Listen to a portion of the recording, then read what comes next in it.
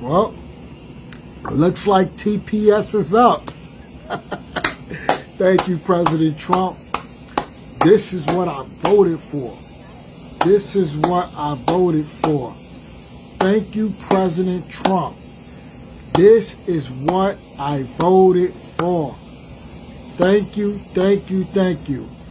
The first flight has just landed since TPS ended. This is good news to my ears. Thank you, President Trump. I want to give a shout out to ICE. I want to give a shout out to the FBA community. I want to give a shout out to President Trump once again. We are bringing our country back. We're getting all of these illegals out of our country. We're getting all of them out. You should have took the $2,600. Thank you, thank you, thank you so much.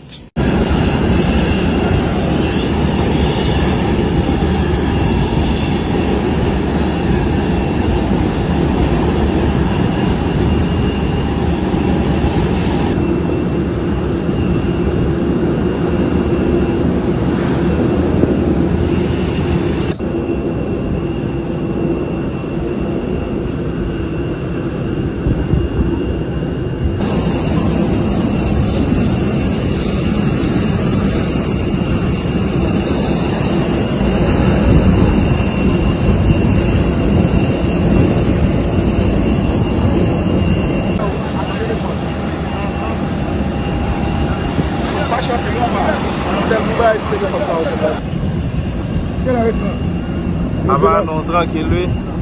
Merci. Can we ask him a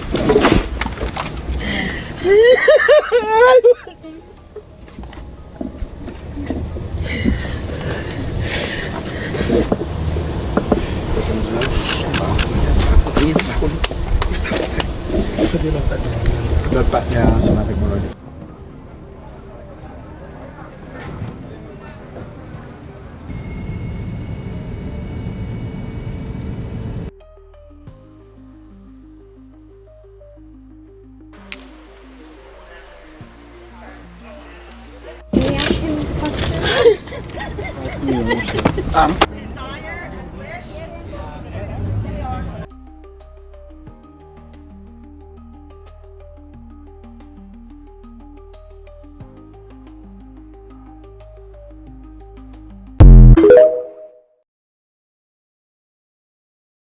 I think what hurt the most is because if someone rejects you, okay, fine, let me go back home. But I cannot go back home. You know?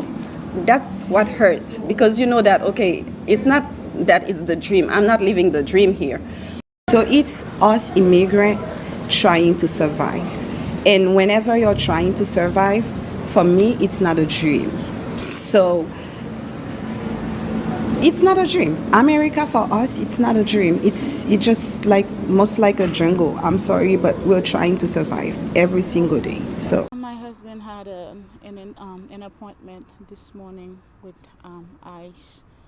So when we went in, everything was okay. The officer was like, "Do we have, all your cases pending?" And I said yes. I showed all of the receipts for the adjustment of status, the I-130 that's pending, and the asylum case as well that's also pending.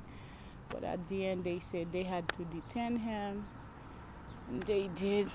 I've wanted a child so long. God finally sent my husband my way. We got married.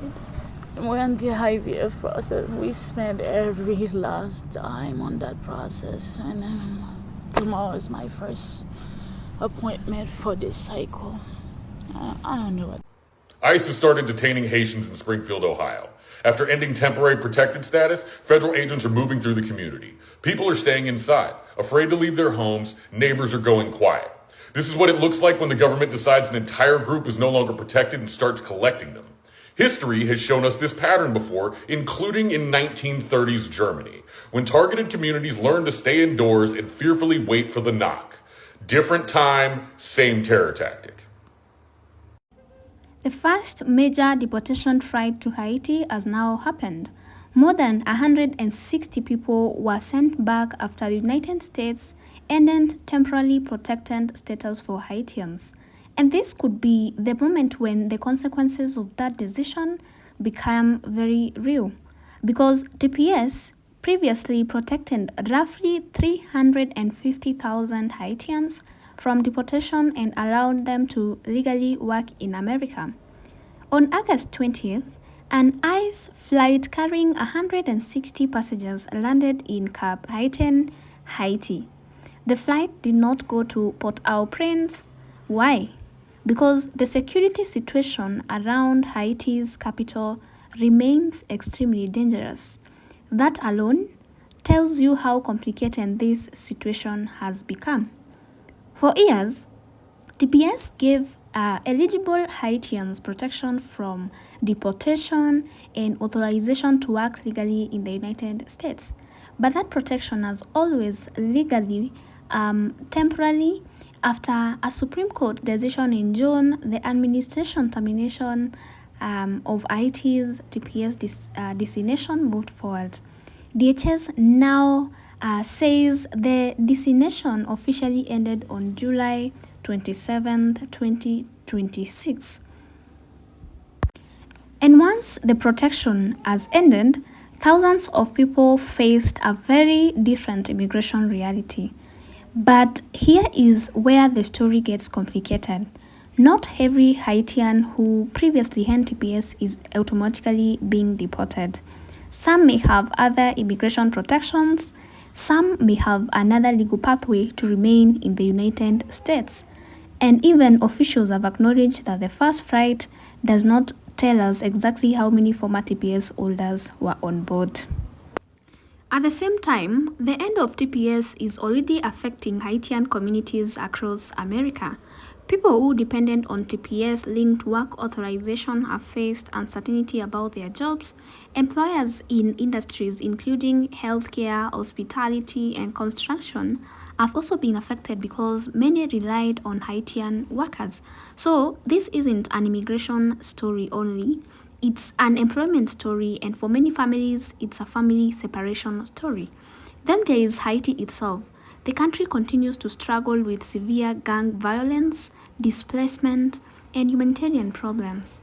And this is why critics of deportation argue that returning people to Haiti could put vulnerable individuals at serious risk. And the US government, however, has maintained that TPS is temporary and that its decision reflects its assessment of conditions in Haiti. And this is where the political debate becomes intense. Supporters of tougher immigration enforcement says that the message is simple. Temporary protected status is temporary. Now at 11, we are on the ground in Haiti tonight, just hours after the Trump administration announced it's ending TPS for Haitians. Those living in the U.S. and right here in South Florida now face deportation. Good evening. I'm Lauren Pastrana. Elliot Rodriguez has the night off. We are the only South Florida news station with a reporter in Haiti right now. CBS News Miami's Tanya Francois joins us from Cap Haitian with the exclusive reaction. Here in Cap Haitian, the news of TPS ending and the hundreds of thousands of people returning back here spread very quickly. It seems to be the only thing people have been talking about. You are looking at the market area of downtown Cap Haitian from... Look at that nonsense, bro. That looks insane. It looks... Look. I'm not one for trying to diss other people's cultures. That's not what we're doing here. What I am saying is we don't want that in America. There's a guy, and I'm going to do a couple review videos of it tomorrow. There's a guy that's over in like Paris, London, and different places, Rome, and all of that type of stuff. And they're showing the influx of illegal migrants that are taking over some of the most touristy spots. And they're smoking crack on the street. And they're getting angry over in Italy. And they're getting mad at people that are Italian that then come over and say that you can't do that, and they just absolutely destroying it. And they're turning places inside of those spaces into the country that they came from. They take their ways and they come over here to the United States of America. They go to Italy, they go to London, they go to Rome, they go all these places that allow for them to come in there, or if they decide to sneak in there illegally, and then they turn it into their home. That is crazy, bro. It's insane. And they don't assimilate. They're not trying to be like us. They are trying to turn this place into what they know, because they're not even trying to learn the language. They're not trying to evolve. They're not trying to do none of that. It's insane, man. This afternoon, the streets are packed with people trying to shop and go about their day. Already moving through traffic was very difficult. The roads at times heavily congested. The people who live here say they've seen the population sharply increase because of people escaping gang violence in Port-au-Prince. Now, the thought of even more people coming here has one Haitian man very worried. We gotta deal with that gang situation and, you know, humanitarian situation. You know, all those people need food and stuff like that. We don't have that. We don't have health care, all of that.